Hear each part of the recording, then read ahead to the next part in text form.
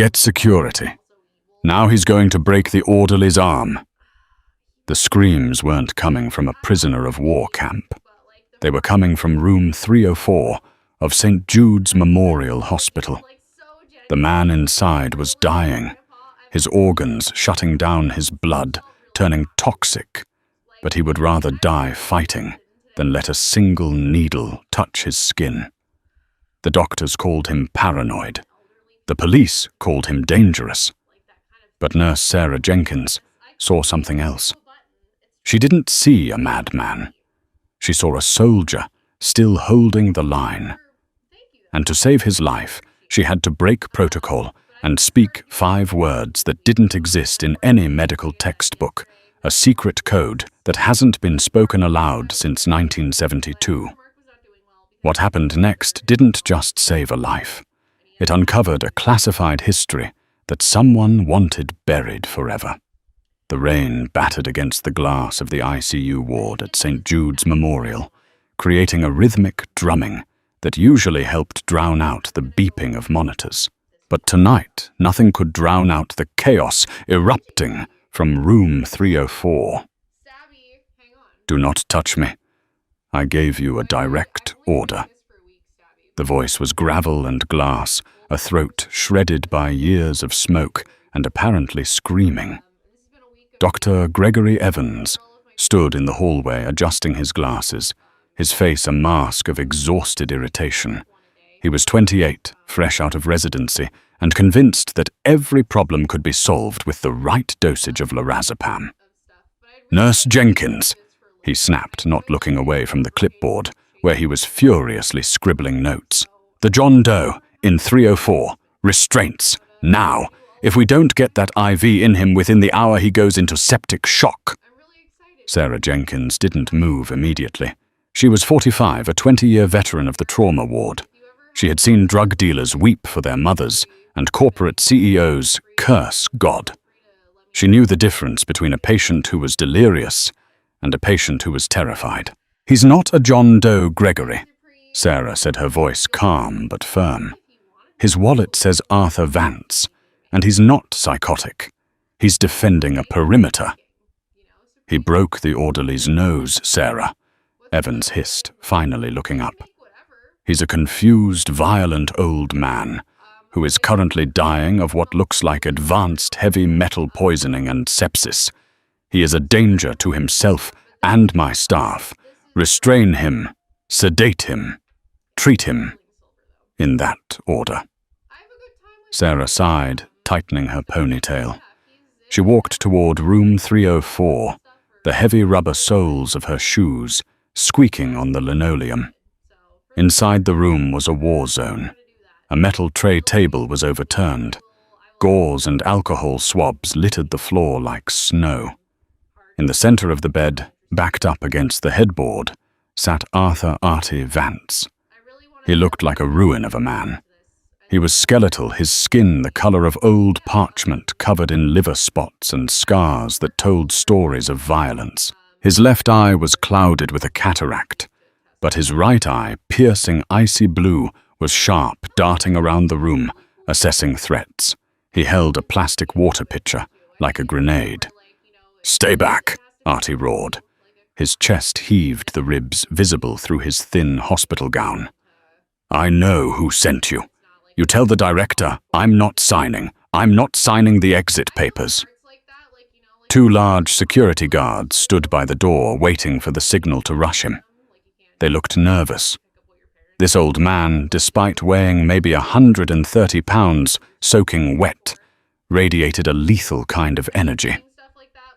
"Mr. Vance," Sarah said, stepping past the guards. She held her hands up, palms open. "My name is Sarah. I'm not from the director. I'm just here to clean that wound on your leg." "Liar," Artie spat. He swung the pitcher, splashing water across the room.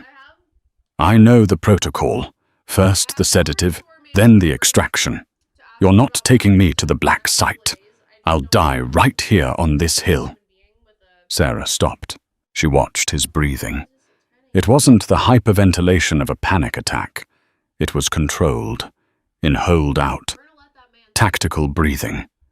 He wasn't fighting the hospital. He was fighting a memory. "Get the straps," Dr. Evans ordered from the doorway. "Enough of this. Hold him down." The guard surged forward. Artie let out a guttural roar, lashing out with a kick that even in his weakened state connected solidly with the lead guard's thigh. The guard grunted and lunged, pinning Artie's chest to the mattress. The old man thrashed his heart rate monitor, screaming a high-pitched warning. 140. 150. 160. "Get off me, broken arrow, broken arrow." Artie screamed, his voice cracking.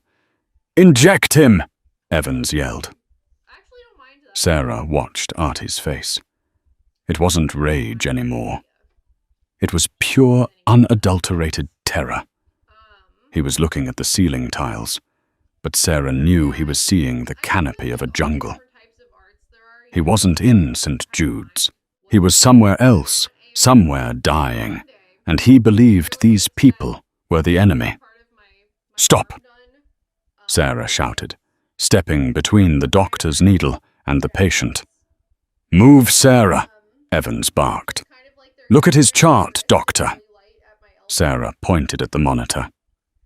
"His heart is in AFib. You hit him with that sedative while his adrenaline is this high. You'll stop his heart. You won't treat him. You'll kill him." The room went silent. The guard held Artie down, the old man, wheezing, tears leaking from his good eye. He was mumbling now, a repetitive, desperate chant. "Unit 77. Heavy static. Confirm extract. Unit 77. Heavy static. Let him go," Sarah said softly. "If we let him go, he attacks." The guard grunted. "He's attacking because you're attacking," Sarah said. "Back off, everyone, out of the room." "I can't authorize that," Evans said, his face red. "Then write me up," Sarah snapped, her eyes flashing. "But if he codes because you forced a sedative that's on your license, Gregory, give me 5 minutes. Alone." Evans clenched his jaw, looked at the erratic heart monitor, and then at the feral look in Artie's eye. He threw his hands up. 5 minutes. If he's not hooked up to that IV by then, I'm calling the police to sedate him for transport to the psych ward. The room cleared. The door clicked shut. It was just Sarah and Artie, and the ghosts he had brought with him. Silence returned to room 304, save for the ragged breathing of the old man. Artie remained pressed against the headboard, his knees drawn up, shivering. He didn't look at Sarah. He kept his eyes on the door, waiting for the second wave of the assault. Sarah didn't approach him. Instead, she walked to the window and closed the blinds, shutting out the storm. She then pulled a chair to the foot of his bed and sat down. She didn't speak. She just waited. She observed him.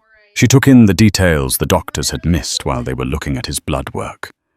She noticed the tattoo on his forearm. It was faded, almost unrecognizable, obscured by a jagged burn scar. But she could make out the faint outline of a chess piece, a knight and a lightning bolt. She noticed his hands. Even while trembling, his right index finger kept tapping against his thigh. Tap, tap, tap. Tap. Tap, tap, tap. She noticed the way he held his head tilted slightly to the left, favoring his good ear, listening for footsteps. "You must be exhausted, Sergeant," Sarah said quietly. Artie didn't flinch, but his tapping stopped. He slowly turned his head.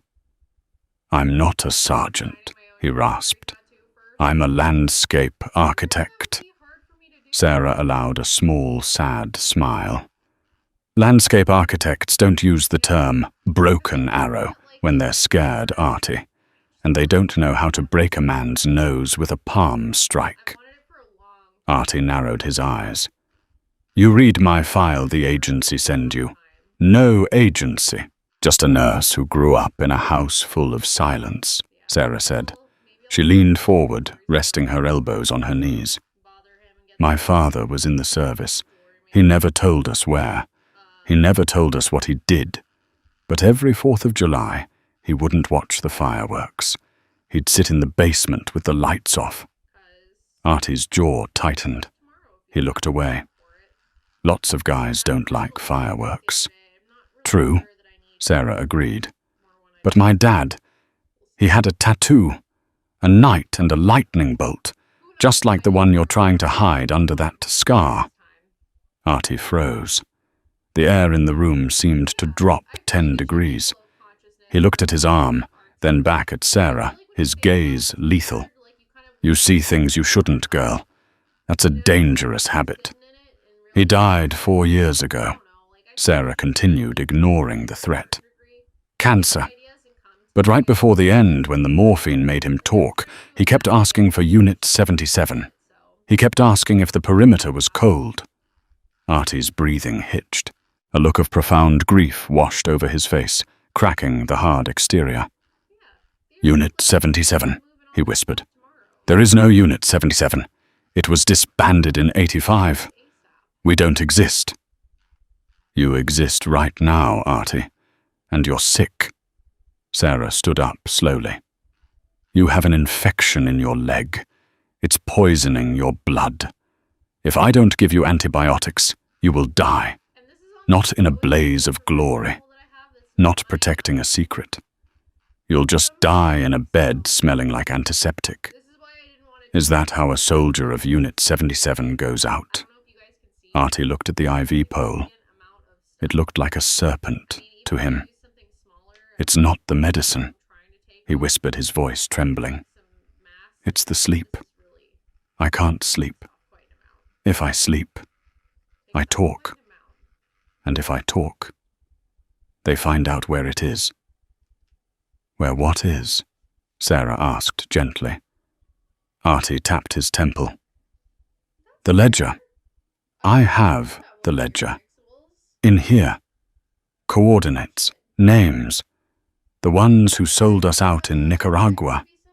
The ones who left us behind. He looked at Sarah with pleading eyes. The doctor. Evans, he looks like one of them. He has the same eyes as the handler. If I go under, he'll interrogate me. I can't let him in my head. Sarah realized then that this wasn't just PTSD. This was a man holding on to a secret so toxic it had become his entire identity. He believed he was the last line of defense for a mission that ended 30 years ago. The doctor isn't a handler, Artie. He's just an arrogant kid, Sarah said. But I understand. You can't compromise the mission. The mission never ended, Artie said, gripping the sheets. We are always active. Sarah looked at the clock. 3 minutes left. Evans would be back with security and the police. They would force him down, drug him, and likely traumatize him to the point of cardiac arrest. She had to bridge the gap. She had to reach the soldier inside the madman. She had to use the secret she swore she'd never speak. The door handle jiggled. Evans was impatient. Sarah walked to the side of the bed. She needed to be close. She needed him to hear her. But she couldn't let the room's microphone, if Artie believed there was one, pick it up. Artie, she whispered, look at me. He looked up, shivering violently now, the fever taking hold. Get back. Perimeter. I'm going to tell you something. Sarah said, her voice dropping to a harsh whisper. My father's name was Thomas Jenkins, call sign Ironside. Artie's eyes went wide. The color drained from his face. Ironside? Tommy, no. Tommy didn't make it to the extraction point. I waited. I waited 3 days in the mud. He made it out, Artie. He crawled out. And he spent 40 years looking over his shoulder. Sarah took Artie's hand. His grip was iron-hard, trembling. He taught me something. He said if I ever met a man with the night on his arm, and I needed him to trust me, I had to give the counter sign. Artie stopped breathing. He stared at her, tears pooling in his eyes. He waited. It was a test. If she got it wrong, he would snap her neck. He was old, but he was a weapon. Sarah leaned into his ear. She remembered the nights her father would wake up screaming and how he would calm himself down by reciting the phrase. It wasn't just words. It was a prayer. It was the verification code for Unit 77. The signal that the person you were talking to was family, was safe, was alive. Sarah spoke the words clearly. The shadow is long, but the fox walks at midnight. Artie gasped. It was a sound like a drowning man breaking the surface. He stared at her, his mouth open. The rage vanished. The paranoia evaporated. In its place was a heart-breaking vulnerability. He wasn't a soldier anymore. He was a lost brother, finding home. And the moon, Artie choked out the response, his voice breaking. The moon pays no debts. Sarah nodded, tears stinging her own eyes.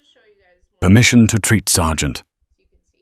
Artie slumped back against the pillows, the fight leaving his body. He looked at the IV pole, then at Sarah. Permission granted, nurse. Secure the line. The door flew open. Dr. Evans marched in, flanked by 2 police officers and 3 security guards. Time's up, Jenkins. Step away from the patient.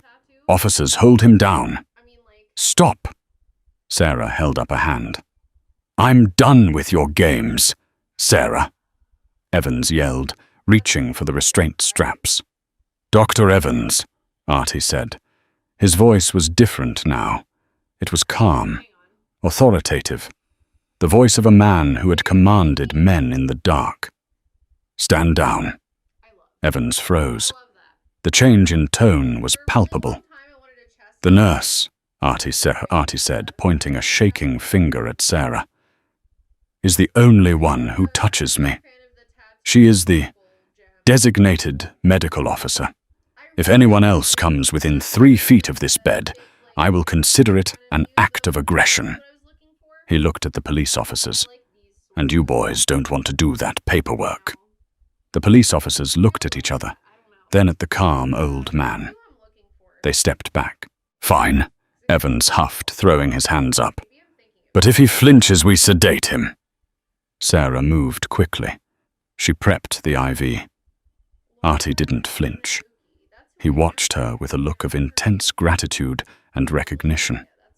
As the needle pierced his skin, he didn't pull away. He leaned in and whispered to Sarah. You're Tommy's girl.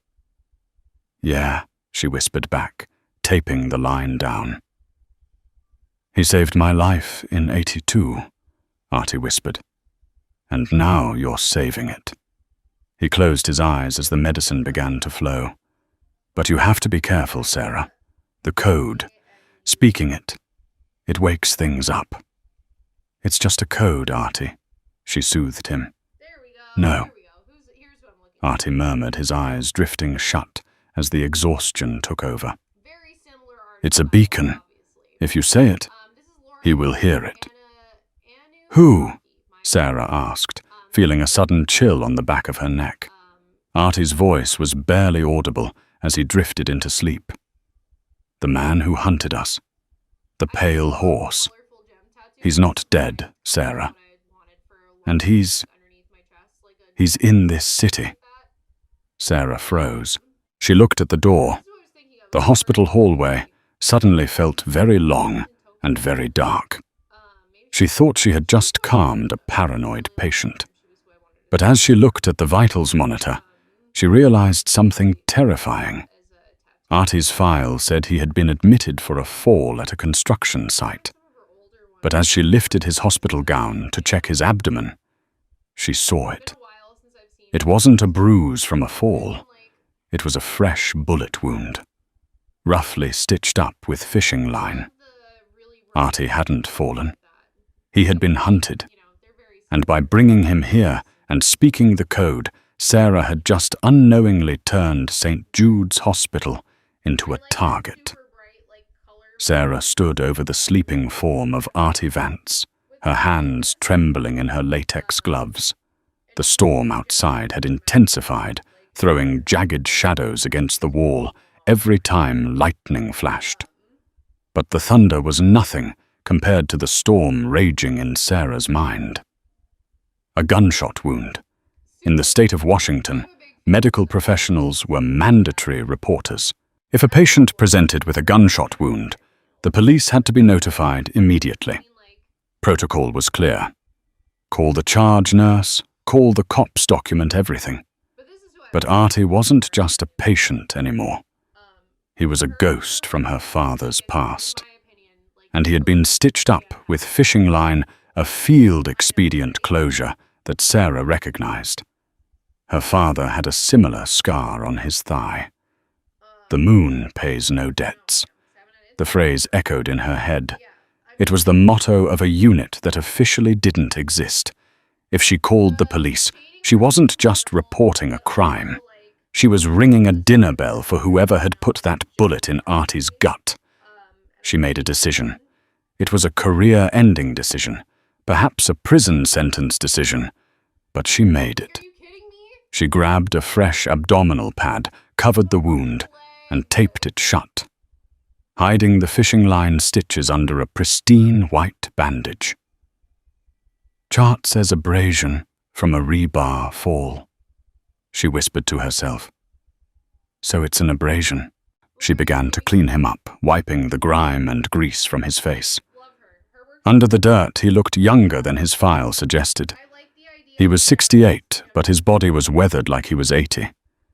As she moved his tattered canvas jacket from the chair to the closet, something fell out. It wasn't a wallet. It was a heavy silver Zippo lighter. Sarah picked it up. It was cold and scratched. She flipped it open out of habit. It didn't spark. The flint was gone. But as she turned it over in her hand, she felt a seam that shouldn't be there. The bottom of the lighter didn't look right. She glanced at the door, ensuring the hallway was empty, and used her fingernail to pry at the bottom plate of the lighter. It popped off with a soft click. Inside the hollowed-out fuel chamber, wrapped in a scrap of oil paper, was a micro SD card. "You found it." Sarah jumped, nearly dropping the lighter. Artie was awake. His blue eyes were open, lucid, and locked on her. "This is the ledger," Sarah asked, her voice barely a whisper. "The digital copy," Artie rasped. He tried to sit up, but groaned, clutching his side. The antibiotics were working on the fever, but the pain was still raw. The original paper logs were burned in Nicaragua in '86, but I kept the backups. I knew one day they would come to scrub the history. "Who is they, Artie?" Sarah moved to the bedside, clutching the lighter. "Who shot you?" Artie took a ragged breath. "We called him the Pale Horse. His real name is Julian Kane. Back then he was just a logistics officer, a pencil pusher. But he figured out how to move product through the conflict zones. Weapons, heroin, intel. He used Unit 77 as his personal mule team, and we didn't even know it until the end." Artie reached out, grabbing Sarah's wrist. His grip was weak, desperate. "Your dad, Ironside, he was the first one to suspect. He tried to radio command, but the comms were jammed. Kane jammed them. He left us in the jungle to be overrun, so there wouldn't be any witnesses." Sarah felt a tear slide down her cheek. "My dad said he got separated. He said it was chaos." "It was an execution," Artie corrected. "Tommy got out. I got out. 2 others. We scattered, changed names, stayed off the grid. But Kane, He rose through the ranks. He's powerful now, Sarah. Private contractor, defense consulting. He's cleaning up his loose ends because he's up for a cabinet position. If the Senate finds out he built his fortune on blood money, he kills you, Sarah finished. He killed Miller in Detroit last week. He killed Holloway in intense care in Miami 2 days ago, made it look like a heart attack. Artie looked at the heart monitor next to him. That's why I wouldn't let them touch me. A needle is a perfect weapon. Sarah looked at the micro SD card in her hand. It wasn't just data.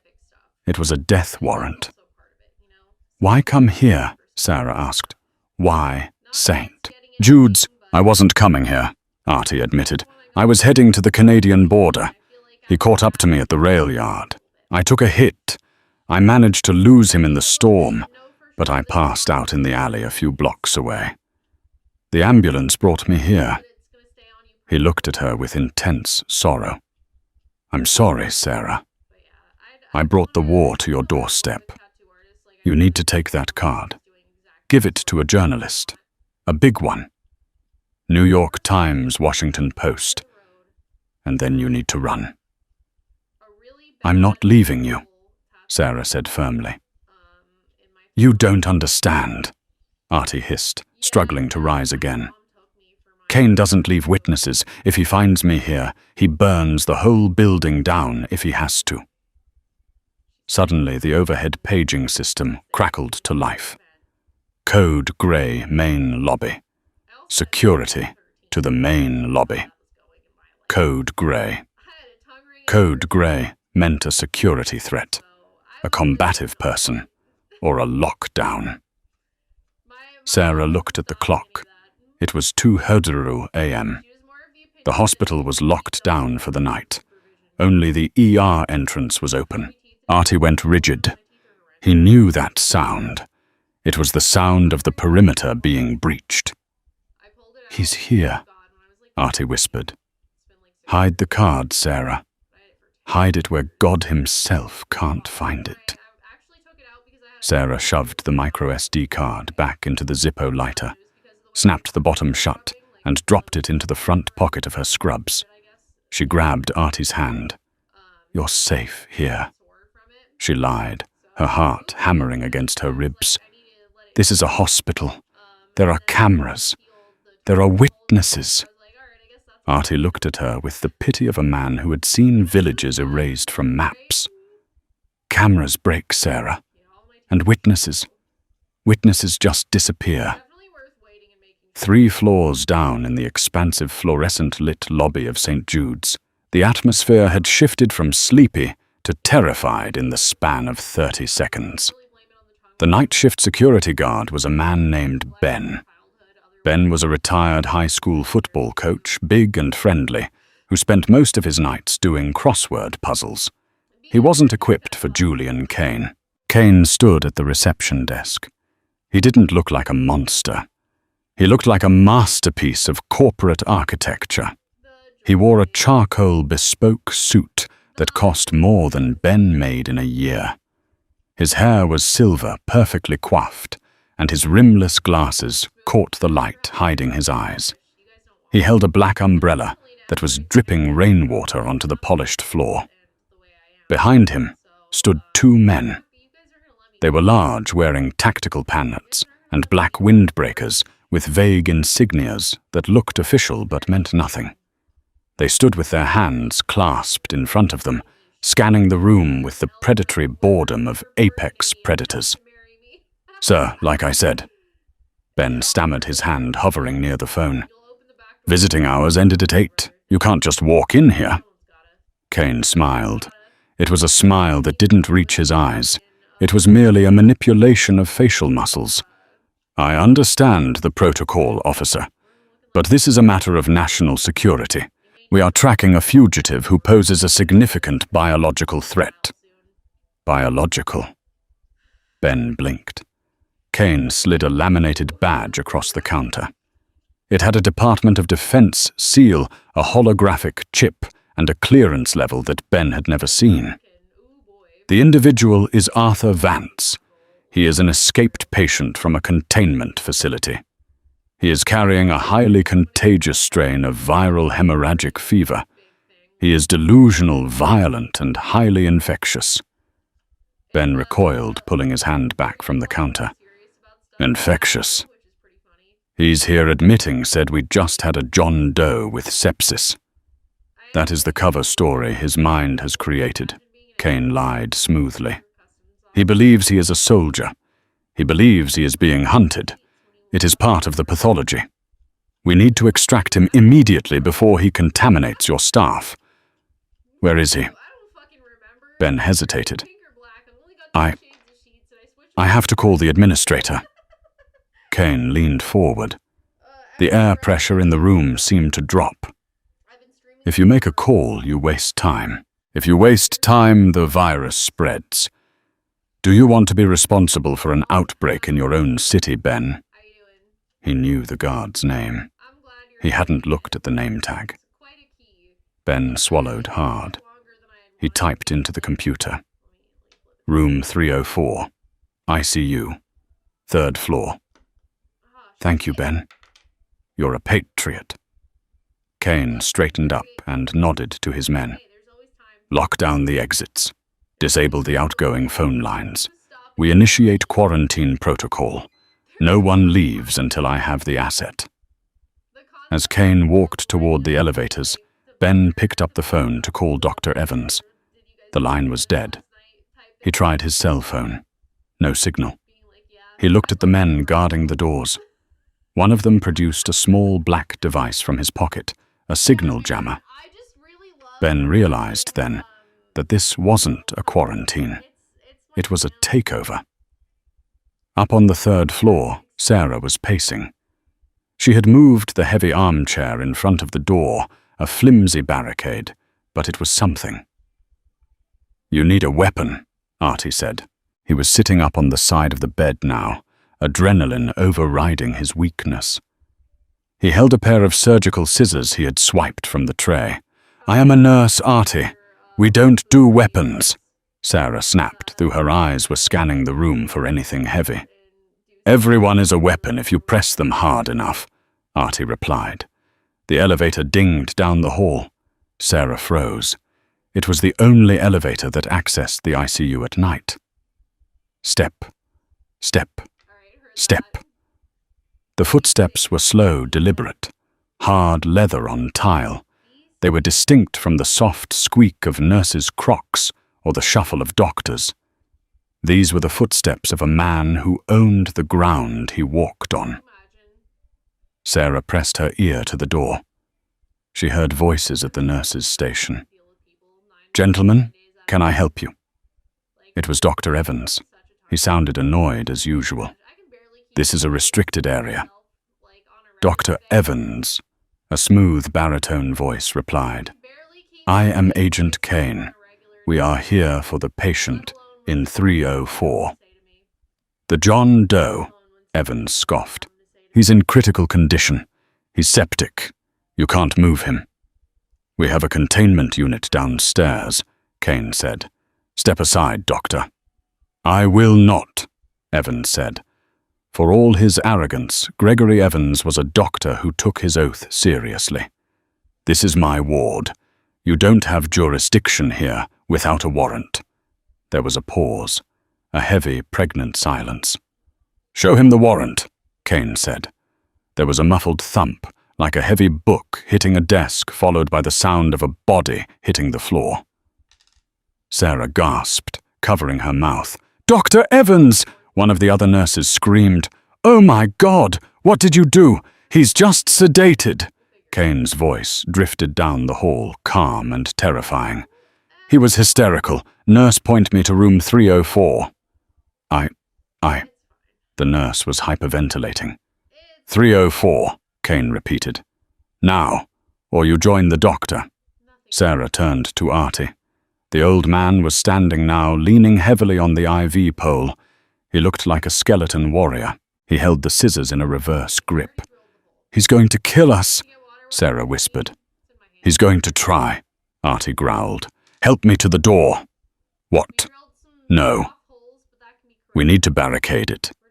Barricades are for people who are waiting for rescue, Artie said, his eyes burning with a cold fire. Nobody is coming, Sarah. We have to break the ambush. Open the door. You're crazy. Open the door, verify the target, and drop to the floor, Artie commanded. It was the voice of Unit 77. Do it! Sarah's trembling hand grabbed the door handle. She pulled the armchair away. Her heart was beating so hard she could feel it in her throat. She turned the handle. The door swung open. Standing 10 feet away in the middle of the hallway was Julian Kane. He looked impeccable. He looked bored. When he saw Sarah, he smiled. Ah, Miss Jenkins, the daughter of the late Thomas Jenkins. I see the family resemblance. You have his stubborn chin. Get away, Sarah said, her voice shaking. Give me the old man and you walk away, Kane said, taking a step forward. I have no quarrel with you, Sarah. You're a civilian. Just hand him over. He's a patient. He's a loose end. Kane reached into his jacket. He didn't pull out a badge this time. He pulled out a suppressed pistol. Last chance. Sarah didn't move. She stood in the doorway, blocking his view of the bed. A pity, Kane sighed. He raised the gun. Now! Artie screamed from inside the room. Sarah dropped to the floor, curling into a ball. Artie didn't charge out. He didn't shoot. He kicked the IV pole. He had rigged it. While Sarah was pacing, he had looped the oxygen tubing around the wheels of the heavy metal stand and the overturned tray table. He kicked it with his good leg, sending the metal stand skidding into the hallway like a bowling ball. Kane fired foot, 2 shots that sparked off the metal pole as it careened toward him. He stepped back, annoyed, dodging the debris. Fire alarm, Artie yelled at Sarah. Pull it! Sarah scrambled on her hands and knees across the hallway floor toward the red box on the wall. Stop her, Kane ordered his men who were coming around the corner. One of the tactical officers lunged for Sarah. She felt a hand grab her scrub top, yanking her back. She screamed, flailing. Artie appeared in the doorway. He looked like death incarnate. He wound up and threw the heavy glass water pitcher with pitcher-perfect accuracy. It smashed into the tactical officer's face, shattering into jagged shards. The man howled, letting go of Sarah. Sarah lunged forward and slammed her hand down on the white handle. Clang! Clang! Clang! Clang! The fire alarm shrieked. Strobe lights began to flash, turning the hallway into a disorienting nightmare of white bursts and darkness. Go! Artie yelled, grabbing Sarah's arm with surprising strength.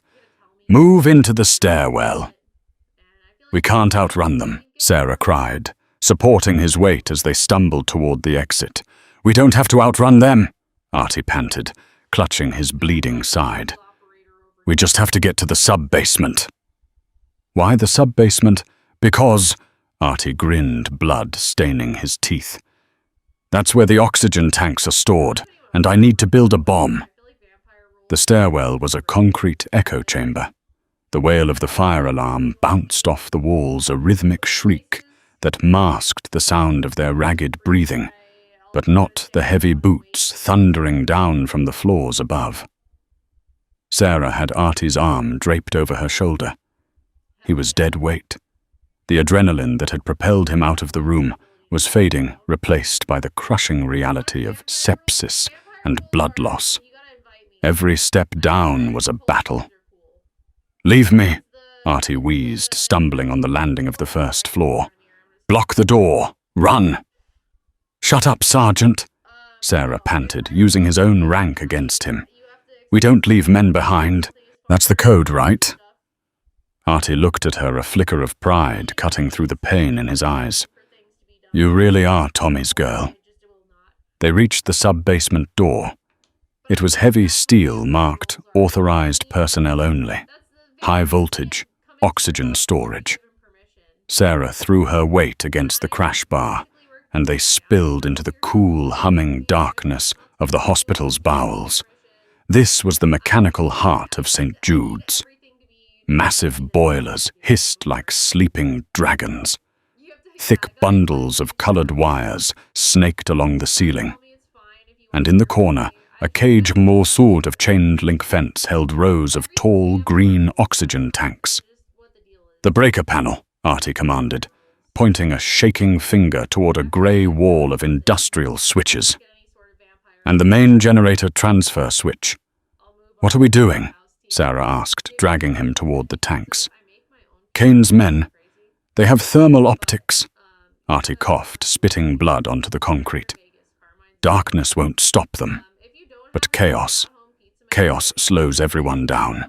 He slumped against the cage of oxygen tanks. His hands were shaking so badly, he could barely grip the wrench hanging on the wall. "I need you to open 3 of these tanks, all the way. Fill the room with O2. Artie, that's highly flammable. 1 spark." "Exactly," Artie said. He pulled the Zippo lighter from her pocket, the one containing the micro SD card, and handed it back to her. "Keep this safe. Now get the wrench. Open the valves. Then go to that breaker box. When I say mark, you pull the main lever." Sarah hesitated. "What happens to you?" "I hold the line," Artie said softly. He looked at the door. The handle was turning. Someone was picking the lock. Sarah grabbed the wrench. She twisted the valves on the first tank, then the second, then the third. A loud hiss filled the room as pure oxygen flooded the space, enriching the air, turning the basement into a potential bomb. She ran to the breaker box. It was a massive lever painted red. Main utility cutoff. The door to the sub-basement burst open. 3 tactical officers flooded in their weapons, raised laser sights, cutting through the gloom. Behind them walked Julian Kane, unhurried, holding a handkerchief to his nose. "End of the road, Arthur," Kane called out, his voice echoing over the hiss of the escaping gas. "Nowhere left to run." Artie stood up. He wasn't leaning on anything now. He stood tall, his hospital gown stained with blood, his eyes locked on the man who had erased his life 30 years ago. "I'm not running, Julian," Artie said. "Take them," Kane ordered. "Mark!" Artie screamed. Sarah yanked the lever down. With a thunderous ka-chunk, the massive breakers tripped. The hum of the hospital died. The lights in the basement vanished instantly. For a split second, it was pitch black. Then Artie did the unthinkable. He grabbed a metal pry bar from the floor and swung it with all his might against the exposed terminals of the high-voltage junction box next to him. Metal met live current. Crack boom. A massive arc of blue-white electricity exploded into the oxygen-rich air. It was like a miniature lightning storm. The flash was blinding, searing the retinas of the men wearing night vision goggles. They screamed, tearing the devices from their faces as the sudden brilliance overloaded the sensors and blinded them. The sparks ignited the oxygen stream. It wasn't a detontation, but a deflagration. A wall of sudden intense fire rolled across the ceiling, blowing the fire suppression pipes. Water and halon gas rained down, turning the room into a chaotic swirl of steam smoke and flashing electrical arcs. "Move, Sarah." "The maintenance tunnel," Artie roared, shoving her toward a small dark hatch in the floor behind the boilers. "Come with me," she screamed, grabbing his hand. "I have to close the door," Artie yelled back. He looked at her. his face illuminated by the dying sparks. "Tell the world, Sarah. Tell them we existed."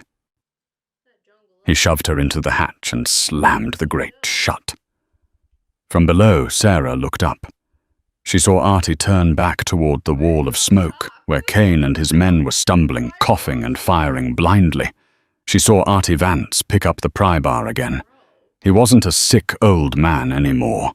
He was the knight of Unit 77, and he charged into the smoke. The darkness in the sub-basement was absolute.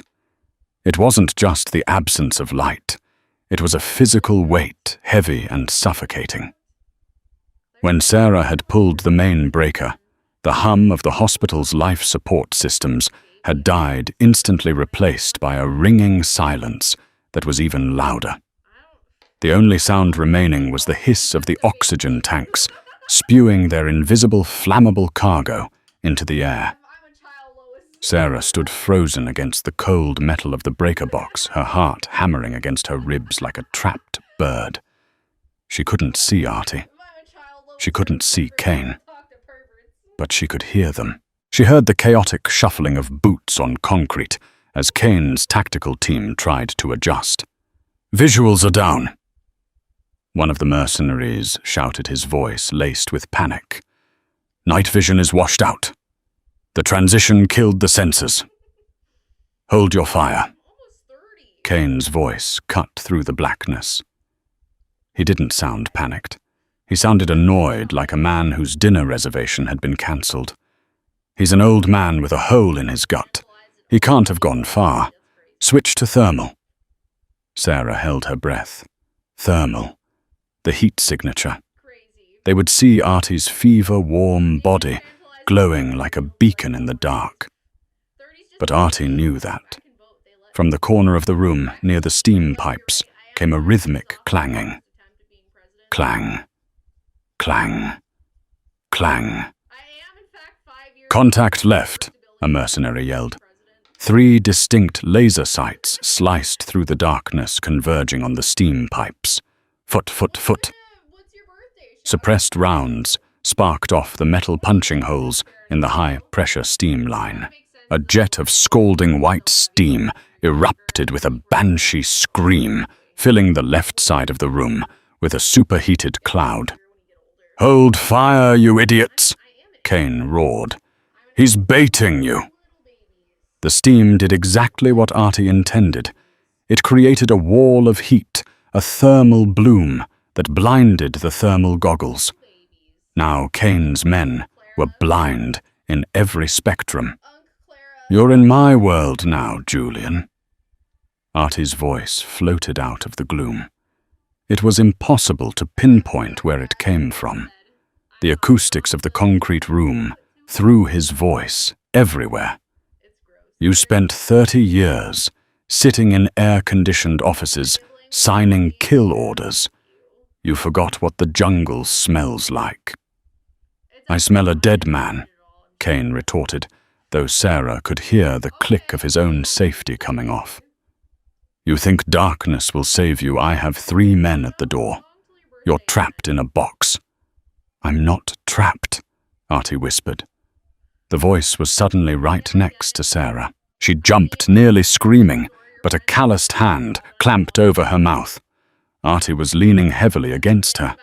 She could feel the sticky wetness of fresh blood soaking through his hospital gown.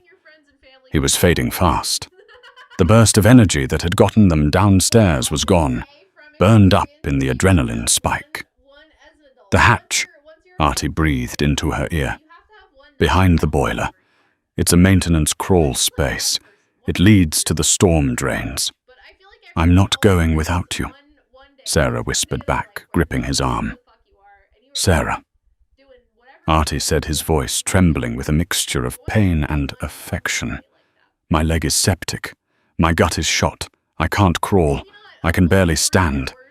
If I try to go down that hole, I'll just block the way and we both die." "No."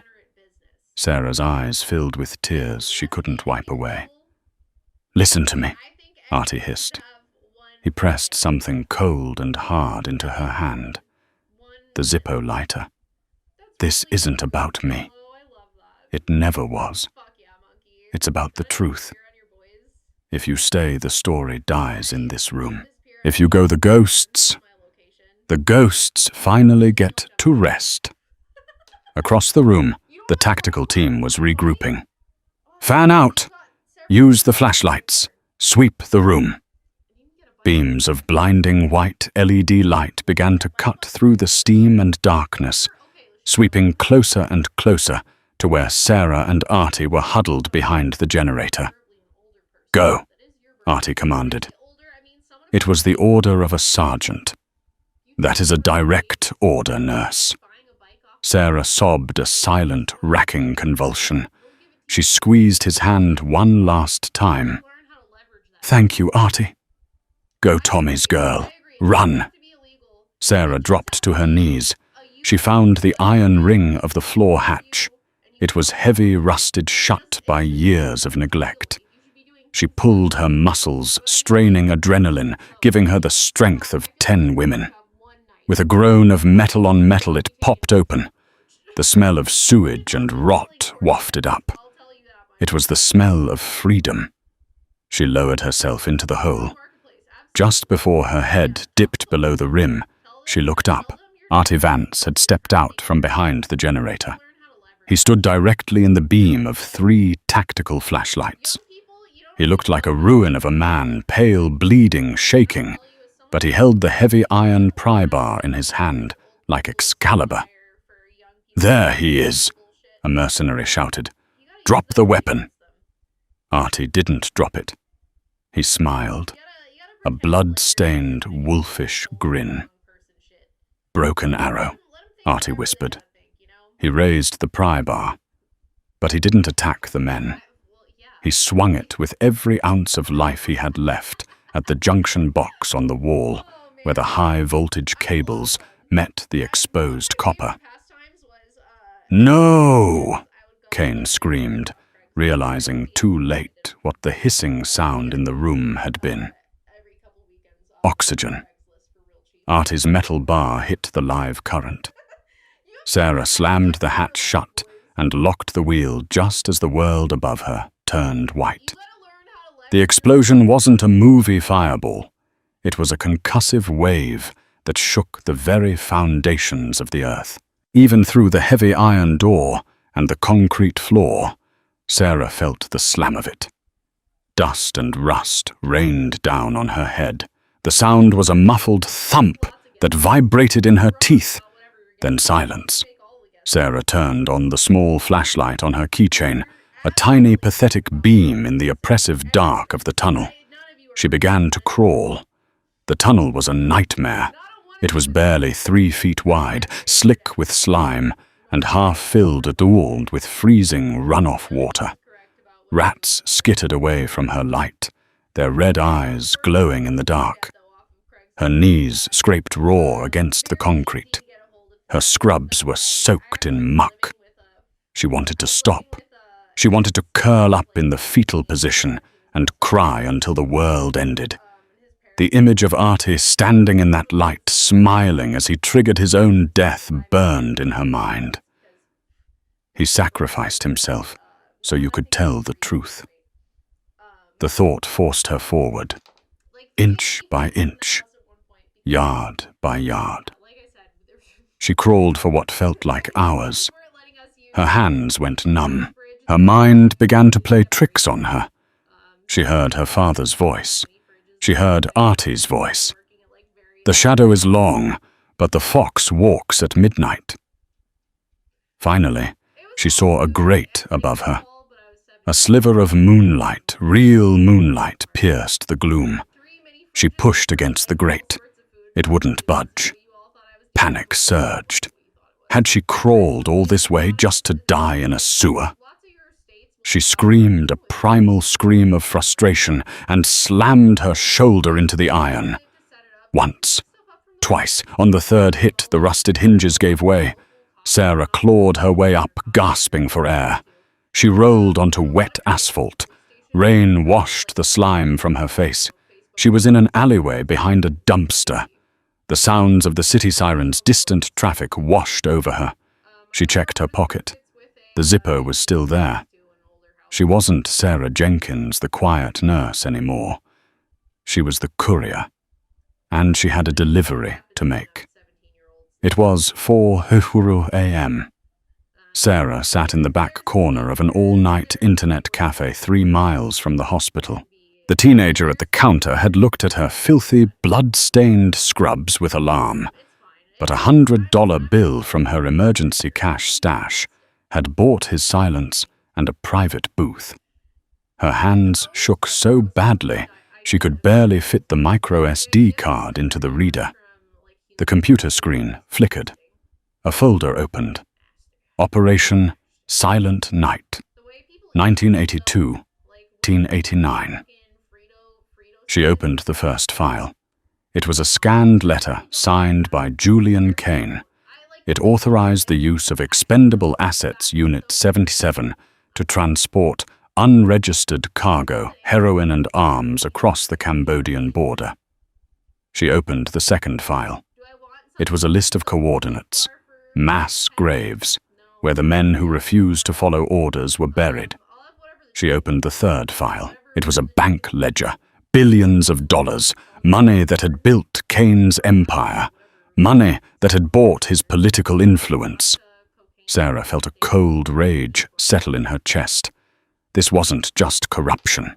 This was evil, pure distilled evil, that had been wearing a suit and tie for 3 decades. She opened a browser. She didn't just send it to the police. The police could be bought.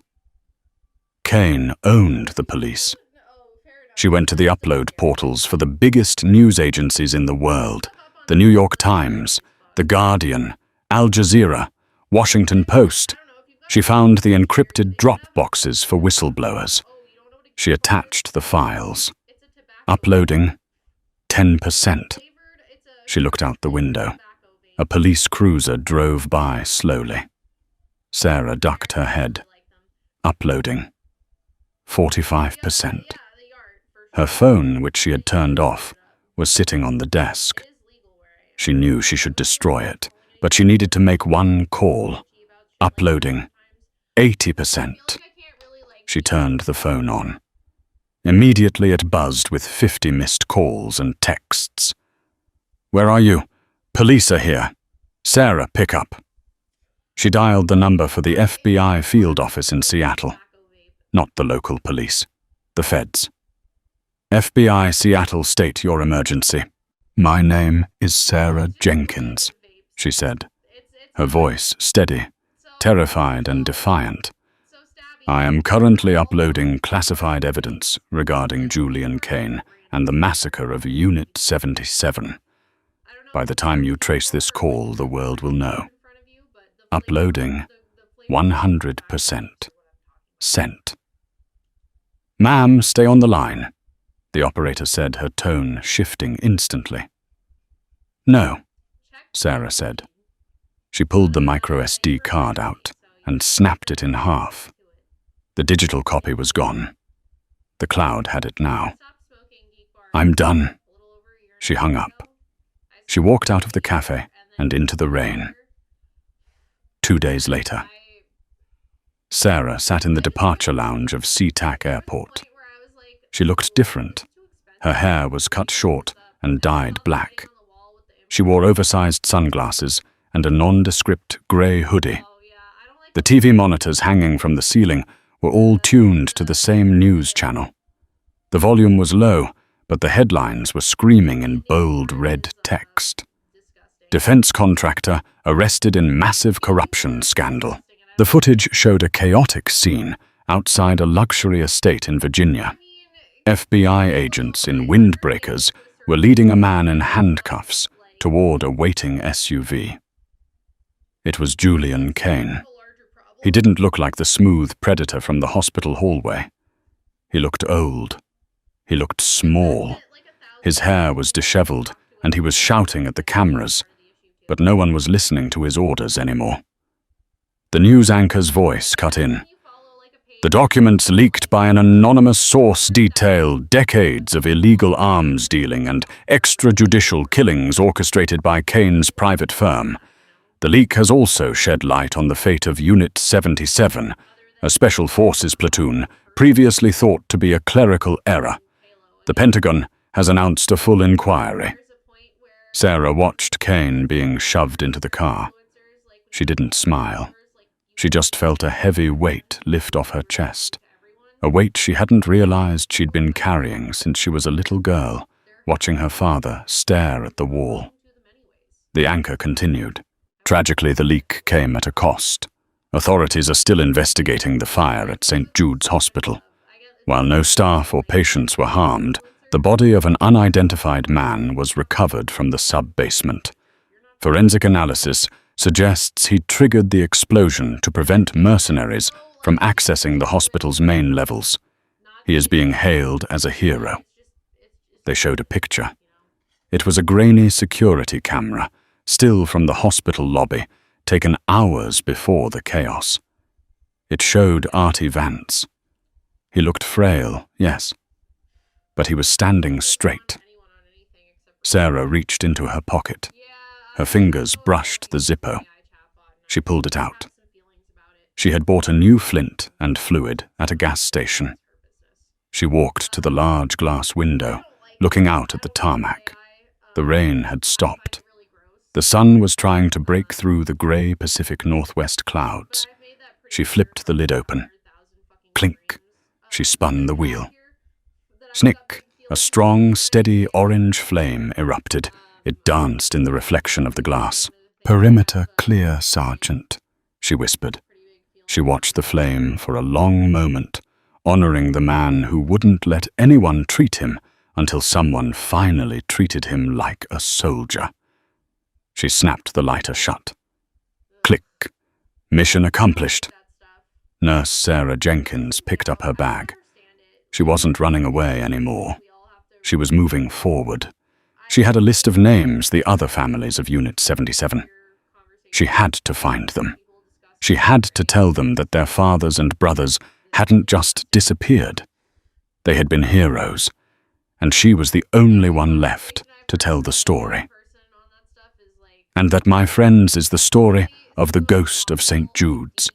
It's a terrifying reminder that history is written by the victors. But sometimes the truth survives in the ashes. Artie Vance spent 30 years running only to stop and fight when it mattered most. He died so the truth could live. It makes you wonder how many secrets are buried in the people we pass by every day. The homeless veteran on the corner, the quiet old man in the nursing home. What wars are they still fighting in their heads? If this story hit you as hard as it hit me, please do me a favor. Smash that like button. It tells YouTube that these kinds of stories about real heroism and sacrifice, matter. And if you want to join our community of storytellers and truth seekers, hit subscribe and turn on notifications. I have another story coming next week about a deep-sea diver who found something in the Mariana Trench that the government tried to hide for 50 years. You do not want to miss that one. Share this video with someone who needs to hear it. And until next time, keep the perimeter secure.